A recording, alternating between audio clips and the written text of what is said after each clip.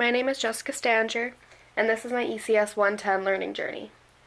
I'm going to talk about our lessons throughout the semester, both lessons I learned about the world and lessons I learned about myself.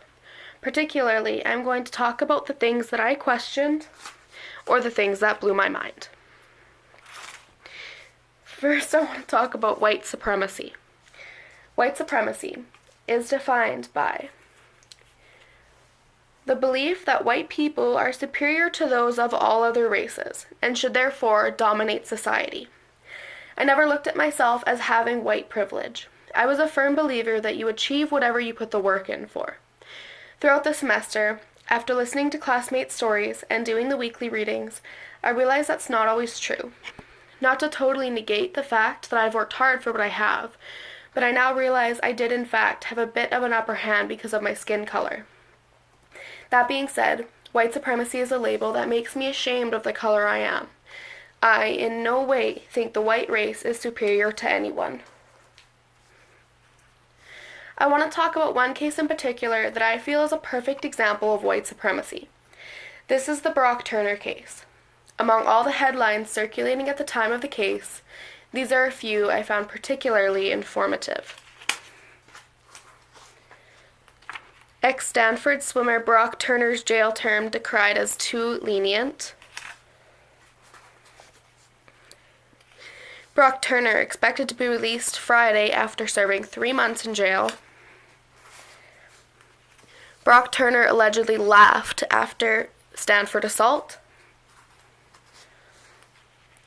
Stanford swimmer's dad argues 6-month sentence is too steep for 20 minutes of action. I want to talk about the last one. This is what Brock Turner's father, Dan A. Turner, said about it, in a letter to a judge on the case. In it, he says, "As it stands now, Brock's life has been deeply altered. Forever." In the letter, he mentions nothing about the victim or how this deeply affected her life. I feel this is an excellent example of white supremacy because he wasn't charged as he should because he is a rich, white Stanford student on a national swimming team.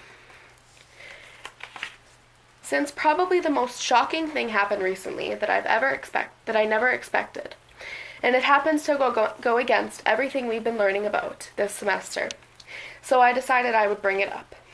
And this is Donald Trump being elected president. The reason I think it's so outrageous is because of the fact that Donald Trump is racist and sexist. Women's rights have been a hot topic for many years. Women have been struggling to be treated equal and given the same opportunity as men since the dawn of time.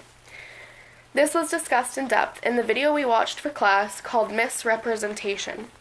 Here are a few things he says regarding women.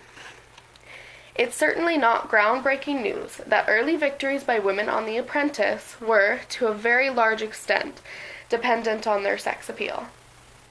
When a lawyer facing Trump in 2011 asked for a break to pump breast milk for her infant daughter, Donald Trump reacted very poorly. He got up, his face got red, and he shook his finger at me and he screamed, quote, "You're disgusting, end quote, and he ran out of there. If his daughter were to ever be sexually harassed at work, he hopes she'd just move on. Quote, "I would like to think she would find another career or find another company if that was the case." I thought this was worth saying because it shows the complete lack of respect, and not just for women, for all minorities as well. This is exemplified in the 2,000-mile wall on the U.S.-Mexico border that he wants to build.